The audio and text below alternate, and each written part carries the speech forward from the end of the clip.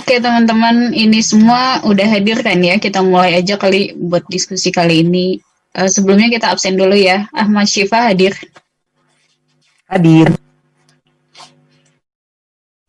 Oke, Mes Agus Iqbal.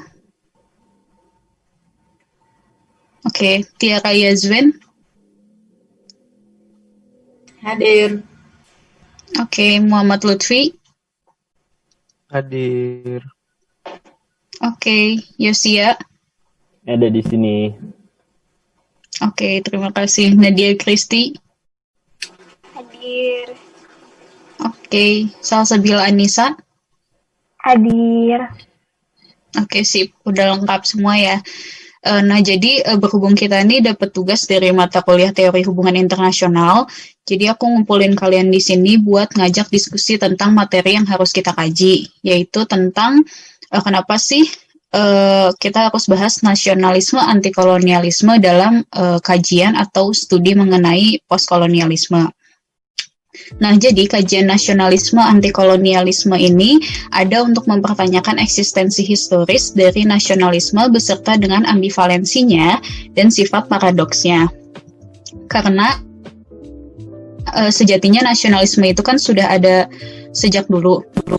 Sejak bahkan konsep negara bangsa modern itu muncul. Namun kemudian konsep nasionalisme antikolonialisme ini muncul sebagai tipe nasionalisme baru yang sifatnya itu separatis dan ingin memisahkan diri dari koloninya.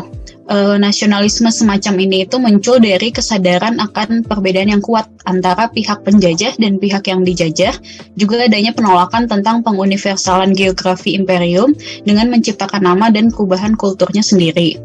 Nah, hal yang menarik tentang kajian ini itu terdapat paradoks bahwa ide nasional semacam ini itu nggak muncul dengan sendirinya, tapi dari hasil diseminasi atau penanaman nasionalitas dari pihak penjajah. Seperti yang kita tahu kan nasionalisme anti-kolonialisme ini banyak muncul di negara-negara terjajah, yaitu negara-negara timur dan selatan. Sementara itu, konsep nasionalisme merupakan produk barat atau si penjajah yang diimpor ke berbagai gerakan separatis untuk mendekolonisasi wilayahnya dengan menyatukan berbagai gerakan subaltern, yaitu pihak-pihak yang termarginalkan. Nah, oleh karena itu, orisinalitas nasionalisme pasca era kolonialisme ini menjadi pertanyaan khususnya mengenai sejauh mana sih aktor anti-kolonialisme ini memahami makna dan arti dari nasionalisme mereka sendiri.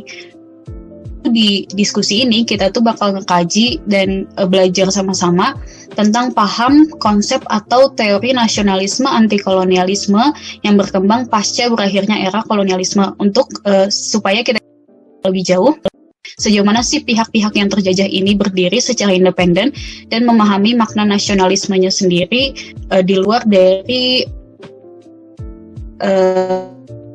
ide-ide penjajahnya. Kayak gitu. Mungkin dari teman-teman ada yang mau menambahkan atau berpendapat? Mungkin aku kayaknya mau nambahin buat maknanya itu sendiri sih dari nasionalisme. Jadi nasionalisme itu dapat disebut sebagai nilai legal yang paling universal dalam kehidupan politik pada zaman ini. Dan menunjuk kepada kesamaan kultural di antara para subjek yang mana lebih mapan, juga monolitik dan juga bersifat perlawanan nih. Terus banyak banget sih tokoh yang memaknai dari nasionalisme itu sendiri. Jadi yang pertama itu ada dari Ernest Renan.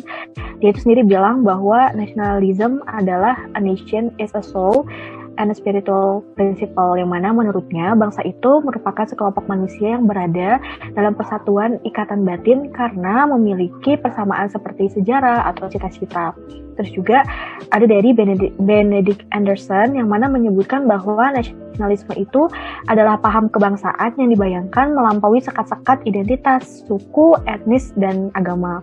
Dan terakhir ada dari Hobsbawm yang mana nasionalisme itu menurutnya tumbuh dan berkembang melalui 3 fase. Jadi ada fase pertama itu ada ethno-linguistic nationalism, terus yang kedua ada xenophobia, dan yang ketiga ada passionate ethnocentrism. Kayaknya kalau buat xenophobia sama ethnocentrism nggak asing sih kayaknya. Ada yang tahu nggak itu apa? Lupa. Tapi kurang tahu sih bedanya apa. Kalau yang gue search ya itu, jadi kalau buat xenophobia itu adalah ketidaksukaan gitu juga sama orang-orang dari negara lain yang atau yang dianggap asing gitu, dia kayak takut. Kalau yang buat etnosentrisme itu penilaian terhadap kebudayaan lain atas dasar nilai dan standar budaya sendiri sih. Itu sih paling kalau dari aku. Ada mau nambahin buat makna? Mau nambahin dong? Boleh. Jadi kalau dari gue sendiri, makna dari nasionalisme ini itu nasionalisme ini tuh diperlukan untuk merelakan waktu pribadinya bagi membantu ekonomi dan politik bangsa. Selain itu juga nasionalisme ada untuk memotivasi masyarakat bekerja dan menghasilkan sesuatu bagi bangsa. Nah, selanjutnya nasionalisme itu pada hakikatnya merupakan suatu ideologi negara modern, di mana seperti halnya itu demokrasi dan komunisme. Nah, habis itu juga masalah kebangsaan yang paling pokok menurut aliran Marxis adalah titik pertemuan antara politik, teknologi, dan transformasi sosial. Nah, menurut Hasbo juga pada tahun 1992, atas pemerintahan bersama yang tertinggi yang diakui oleh suatu negara atau badan politik, yang wilayah dan penduduknya merupakan suatu kebulatan. Nah, selain itu, nasionalisme ini bahkan kolonialisme dan imperialisme itu merupakan bentuk dari nasionalisme yang bersifat ekspansif. Paling itu aja kalau tambahan dari gue sih, Beb. Yang lainnya mungkin ada yang mau nambahin. Nah iya, berarti makna nasionalisme sekarang aku jadi lebih paham sih, jadi kayak apa berkat kalian.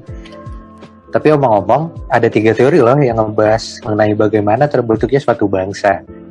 Nah, kalau yang pertama itu ada culture Nazi theory atau teori kebudayaan, di mana suatu bangsa itu terbentuk karena adanya sekelompok manusia yang memiliki persamaan budaya.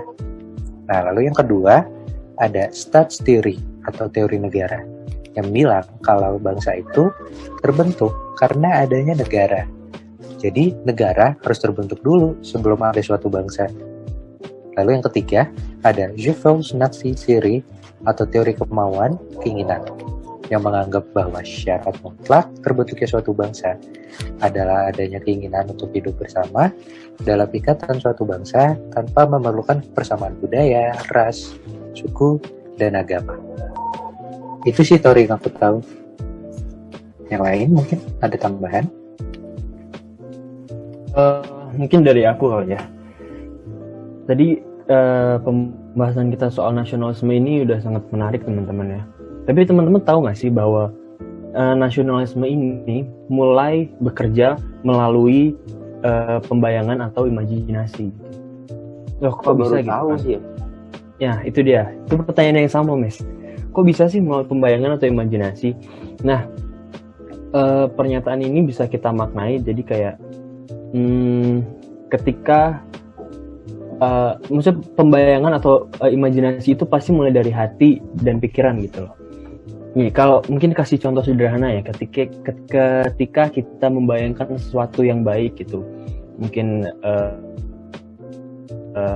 atas orang atau atas satu suatu isu fenomena atau apapun itu, pasti hal-hal itu mulai dari hati dan pikiran, sehingga sama seperti nasionalisme atau yang didasarkan pada kata nation gitu, bangsa. Ketika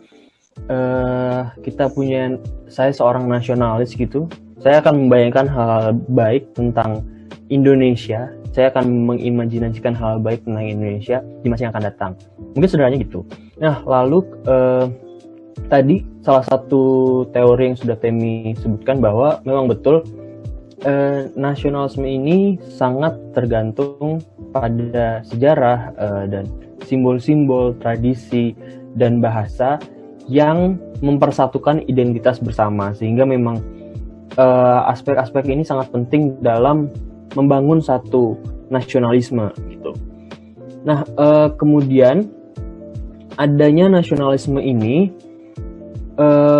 efeknya adalah memberikan rasa memiliki gitu, atau sense of belonging gitu loh. Nah, mungkin sederhananya saya akan beri contoh bahwa ketika saya seorang nasionalis gitu kan, saya seorang Indonesia dan saya seorang nasionalis, maka secara langsung atau tidak langsung gitu, saya akan merasa bahwa saya adalah bagian dari Indonesia dan Indonesia adalah bagian dari saya. Itu contoh sederhana dari Sarong gitu. Tapi di lain sisi nasionalisme juga ada itu untuk mengukuhkan perbatasan antara saya dan Anda atau antara kita dan mereka dengan identitas yang berbeda. Jadi maksudnya adalah ketika kita nih orang Indonesia, kita punya persamaan identitas, budaya, simbol dan lain-lain, pasti kita nggak mau disamain dengan orang-orang yang identitasnya lain dengan kita, yang nggak punya latar belakang sama, yang nggak punya tradisi sama dengan kita gitu. Jadi mungkin dari aku sih itu. Nah tapi kan memang dari tadi kita bahas ini soal nasionalisme aja nih teman-teman. Kalau dari aku sendiri sih mungkin masih agak ini ya, pengen tahu soal nasionalisme anti kolonialisme gitu. Mungkin dari teman-teman ada yang mau menjelaskan? Bener banget nih Yos, dari tadi kita bahasnya cuma apa itu nasionalisme, makna dari nasionalisme itu apa, efek nasionalisme itu gimana, cara kerja nasionalisme itu gimana, terus ada teori-teori pembentukan bangsa yang 3 tadi. Nah, padahal tugas kita itu kan sebenarnya ngebahas nasionalisme anti kolonialisme. Nah, sebaiknya kita cari tahu dulu nggak sih, kolonialisme itu sebenarnya apa sih, ada yang tahu nggak? Jajahan bukan sih? Nah iya, Tem, bisa dibilang itu sih sebagai bentuk penjajahan gitu. Kalau mau itunya sih, Haywood menyebutkan bahwa kolonialisme itu merupakan sebuah praktik pembentukan kontrol atas wilayah asing, di mana wilayah asing tersebut menjadi sebuah koloni atau wilayah jajahan, dan wilayah jajahan tersebut pada akhirnya dikuasai dan diambil alih. Sehingga kalau kita pikir-pikir, kolonialisme itu dapat dikatakan sebagai salah satu bentuk dari imperialisme. Salah satu contohnya ada koloni Prancis di benua Afrika, yaitu Pantai Gading. Atau gak usah jauh-jauh deh, negara kita Indonesia sendiri kan dulu pernah dijajah sama Belanda dan Jepang. Nah, dari bentuk kolonisasi atau penjajahan ini, muncul kemauan bagi warga lokal untuk lepas dari koloni tersebut yang dipicu oleh beberapa hal, misalnya operasi dari pihak penjajah itu sendiri, dan juga adanya kemauan untuk dikenal dalam dunia internasional atau universal sebagai suatu bangsa yang independen. Dan masih ada faktor-faktor lain yang belum disebutin. Hal ini ialah yang disebutkan sebagai nasionalisme anti kolonialisme. Bentuk nasionalisme ini merupakan hasil diseminasi atau penyebaran dan transplantasi atau penanaman, sehingga nasionalisme anti kolonialisme ini merupakan sebuah produk dari adanya kolonialisme, bukan reaksi dari kolonialisme itu sendiri. Menurut aku sih gitu aja sih. Ada yang bisa nambahin nggak? Setuju parah sih sama Lutfi. Tapi juga nggak salah kita ingat lagi bahwa yang dimaksudkan konsep kolonialisme pada masa nasionalisme pada masa kolonialisme itu merupakan impor dari barat loh. Iya, itu tuh merupakan impor dari barat yang masuk ke ide para pergerakan yang dibilang pergerakan revolusioner ya. Kalau misalnya penjajah bilangnya pergerakan separatis, dengan tujuannya tuh dekolonisasi. Gimana caranya? Caranya dilakukan dengan menyatukan, mungkin lebih tepatnya mengkohesikan energi dari berbagai pergerakan, baik yang populer juga yang subaltern. Nah, pada dasarnya sih pemaparan mengenai kajian nasionalisme di studi postkolonialisme ini dilakukan dengan gimana sih? Kita caranya itu dengan mereview atau mempertanyakan kembali eksistensi historis dari nasionalisme anti kolonialismenya. Juga kita lihat lagi ambivalensinya bagaimana, dan juga kita kembali melihat sifat paradoksnya. Nah iya, betul banget apa yang dibilang Mas Agus tadi. Tapi selain itu, kita juga perlu ingat kembali tentang sejarah dari konsep nasionalisme. Jadi, pada awalnya, nasionalisme itu merupakan sebuah konsep yang ditemukan oleh masyarakat Eropa pada akhir abad ke-18. Nah, gagasan tersebut itu sebenarnya merupakan sebuah warisan pencerahan, yakni sebuah konsep kesatuan kebangsaan atau populis versus kekuasaan raja atau bangsawan serta kerajaan. Poin yang menarik ya Nat ya, kalau kita lihat nasionalisme secara historis ya, terutama dalam konteks kolonialisme dan anti kolonialisme. Nah, kita balik lagi ke ambivalensi nasionalisme sendiri itu apa sih? Nah, ambivalensi nasionalisme itu ditunjukkan melalui sejarah kolonialisme sebagai suatu gagasan atau ideologi yang bersifat baik atau buruk. Jadi ambivalen itu bisa baik bisa buruk gitu. Nah, konsep nasionalisme sendiri tuh udah menjadi inspirasi kan. Inspirasi buat dua pergerakan yang saling bertentangan. Pergerakan untuk menjajah orang dan pergerakan untuk bebas dari penjajahan. Makanya ini tuh dibilang sebuah paradoks itu, bertentangan juga. Hari ini kenapa bisa kayak gitu sih? Hal itu tuh bisa terjadi karena nasionalisme tuh memiliki sifat-sifat seperti berikut nih. Pertama, nasionalisme itu give and take. Dia memberi dan dia mengambil. Nasionalisme juga bersifat sublim. Nah, yang nasionalisme itu juga memberi keajaiban, tapi juga bisa memberi horor seketika. Dia bisa memberi keajaiban berupa misal kemerdekaan, proklamasi itu kan ajaib sekali ya. Tapi juga bisa memberi horor juga. Horornya mungkin konflik untuk memunculkan kemerdekaan tersebut atau mempertahankan kendali atas koloni-koloninya itu kan kadang-kadang tidak horor lah. Sangat disayangkan untuk dilihat. Nah, nasionalisme terakhir juga mengambil ongkos transisi material sekaligus imaterial. Mungkin ini dalam konteks kemerdekaan atau transisi dari koloni ke dekolonisasi itu banyak sekali ongkos yang keambil. Baik ongkos material, mungkin infrastruktur, kapital yang hilang dalam kemerdekaan, juga imaterial, luka-luka sosial, luka-luka psikologis, luka-luka yang lain-lain. Nah, Mas Agus lagi-lagi betul. Nah, tapi aku juga mau nambahin kalau misalnya kan nasionalisme itu sebenarnya terus berperan dalam pertumbuhan serta perluasan kolonialisme menjadi imperialisme yang mana tujuannya itu sepihak aja. Nah, maka dari itu kolonialisme tergolong ke dalam salah satu jenis nasionalisme sebenarnya. Sementara imperialisme merupakan salah satu wajah agresif dari nasionalisme. Nah, selain itu nasionalisme juga berperan sebagai inspirasi dari banyak negara powerful di dunia ini, yang mana untuk memperluas kekuasaan serta pengaruhnya dalam berbagai aspek kehidupan, misalnya di ekonomi, politik, budaya, dan lain-lain. Nah, semua hal itu dilakukan melalui 3 cara. Yang pertama, lewat ethnic cleansing. Yang kedua, dalam bentuk hard power, yakni melalui monolitisasi pikiran dan perilaku bangsa yang terjajah dengan cara melakukan aneksasi kerajaan. Terus yang ketiga, dalam bentuk soft power, yaitu melalui penanaman langsung atau tidak langsung menjadi sebuah empire kepada bangsa yang terjajah. Nah, aku nangkep dari Nadia dan teman-teman, nasionalisme itu bisa digunakan sebagai alat politik. Di sini alat politiknya tapi taruhannya gede guys. Taruhannya itu nyawa. Kenapa?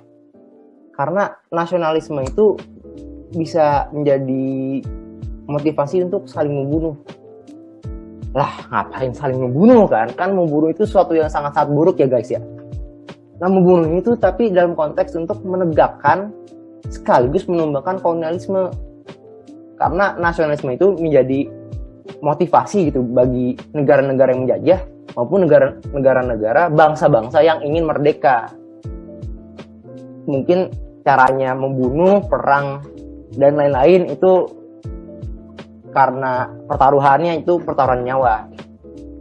Meskipun berbeda warna, secara konseptual, nasionalisme postkolonialisme itu sesungguhnya adalah perpanjangan dari bentuk nasionalisme sebelumnya.